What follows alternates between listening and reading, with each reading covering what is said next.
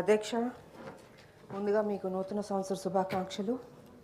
మన హౌస్లో ఉన్న వాళ్ళందరికీ కూడా నూతన సంవత్సర శుభాకాంక్షలు. తెలంగాణ ప్రజలందరూ సంతోషంగా హ్యాపీగా ఉండాలని ఆ దేవుడిని నేను కోరుకుంటున్నాను. అధ్యక్ష, మీ ద్వారా నేను మంత్రి గారిని కోరుతున్నాను. గృహజ్యోతి అనే పథకం చాలా మంచి పథకం. సో దానికి సంబంధించి నేను చెప్పదలుచుకున్నాను.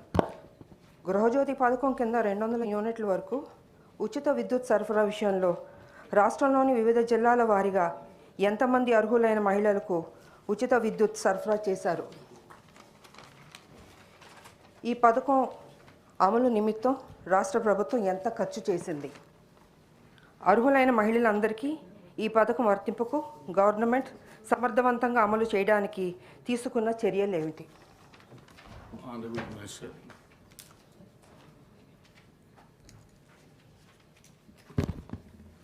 అధ్యక్ష, రాష్ట్ర ప్రభుత్వం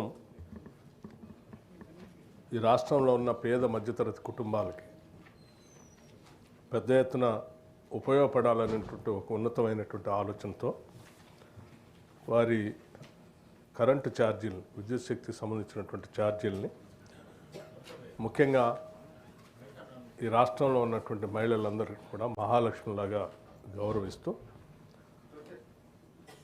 200 యూనిట్ల లోపల వరకు వాడకందారులందరికీ కూడా ఉచితంగా కరెంట్ ఇవ్వాలనేటువంటి ఆనాటి కాంగ్రెస్ పార్టీ యొక్క ఆలోచనలు ఇచ్చినటువంటి హామీలని అమలు చేస్తూ ఇప్పుడున్నటువంటి ప్రభుత్వం ఈ 200 యూనిట్ల వరకు పెద్ద ఎత్తున రాష్ట్ర వ్యాప్తంగా అమలు చేస్తున్నటువంటి మాట వాస్తవం అధ్యక్ష.